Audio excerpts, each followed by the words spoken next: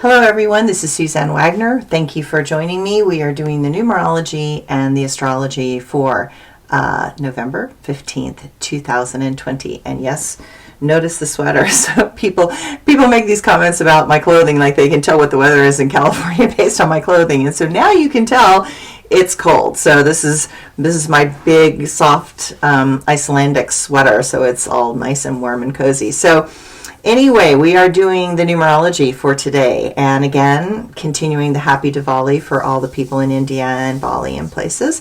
So if you add all the numbers together, you get the number 12. If you add the 1 and the 2 together, you get the number 3. The number 3 is the number of positive mind. It's a little bit of a roller coaster. It's a little bit of a wild ride. And so I like to think of it like, the angel on one shoulder and the devil on the other shoulder, and my head is in the middle, and it becomes the third point. So 1, 2, 3. And one part of our mind says something nice, and another part of our brain says something less than nice. And then our head in between has to sort it all out. It's important to learn to listen to all sides, and it is important to learn how to look at those perspectives with objectivity. I believe that we cannot be actually positive, the number 3, if you are avoiding dealing with the whole truth and avoiding dealing with the facts. Choice without having all the information or facts is just living in a fantasy. And fantasies always feel wonderful and happy, but reality is harder to kind of live with. One of the things that why I look at is that when they're training, say, tigers. So here's this naturally wild, ferocious animal. And one of the ways they keep them very tame is that they constantly feed them a milk bottle. And that milk bottle accesses that childlike part of themselves. And so they still act infantile. But in the wild, once you are, off the bottle, so to speak, you have to figure out, a lot of things in life. And life is hard, and life is harsh, and life is grueling, and it's realistic. And in the wild, if you make the wrong choice, you could die, or you could get badly injured. And so the consequences for making a poor choice helps to activate the brain to learn to pay attention. So if you look at a wild animal, a mature wild animal, they're looking at you in sort of a calculating way. They are not like, oh, hi, like this, which is what babies are. They're like, oh, hi. And so I think that's that reality. It's like we are born this innocent, loving, trusting creature. But then life is hard, and you have to learn to not be so soft, and you have to be more objective. And I'm not saying to lose the positivity, because I think that you can be positive when you learn to navigate the reality highly effectively. But to be highly effective, you really need as much information as you possibly can to make the very best choice. And then you can stay positive about the situation because you trust you trust yourself, you trust your capacity to make it through.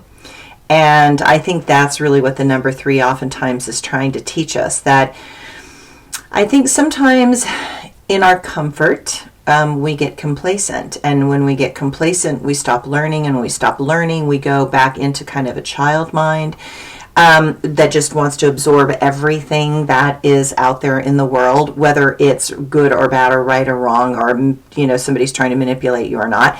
And, I always tease and say that I'm like the skeptical psychic, and I know that sounds really bizarre, but I don't believe everything everybody says. I mean, doing this job, I really recognize that we all have slants. I have my slant. I try to be very, very aware of slants, because I've had gurus beating me over the head metaphorically with, well, why do you think that's true? Why do you need that person to be wrong? I've had that so much in my life with teachers that I do it in my own head now. So I don't assume that my position is correct. And I always try to look at both of the sides. And of course, everybody's got their slant. We live in a world of duality. Hello, it's not a problem. You do have to take responsibility for it.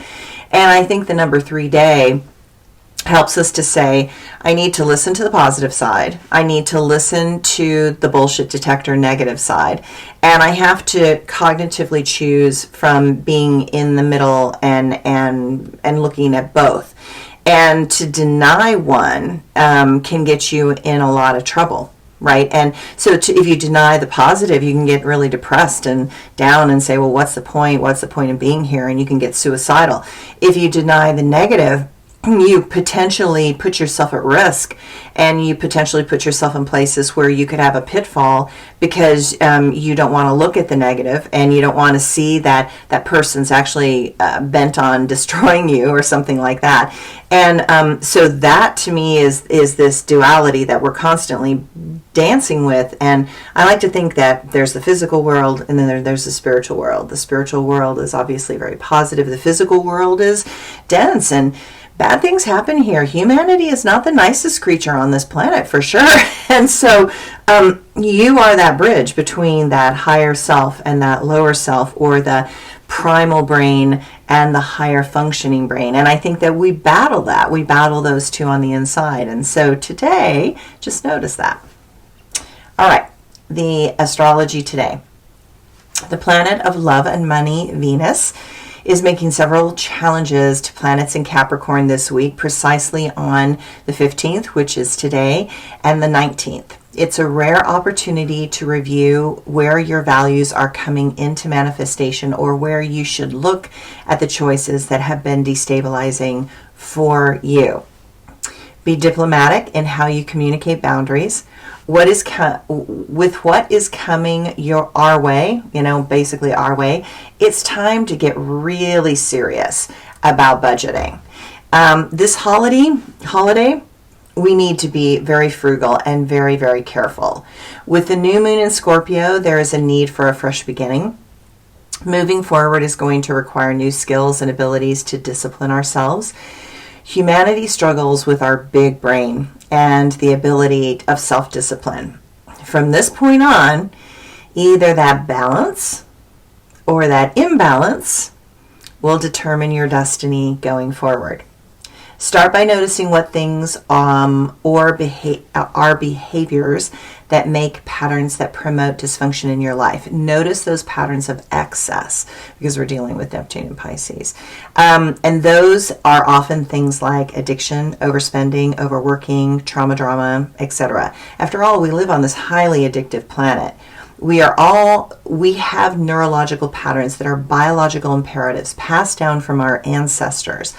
And patterns such as craving of red meat is a real thing. It's a biological imperative. So while the species of mankind evolved, one of the things we figured out and helped develop our brain was the ability to hunt and provide enough so that our brains could become more highly skilled. We also craved things that were sweet. But in ancient times, those things were like honey and molasses, which were available back then if you were Caucasian.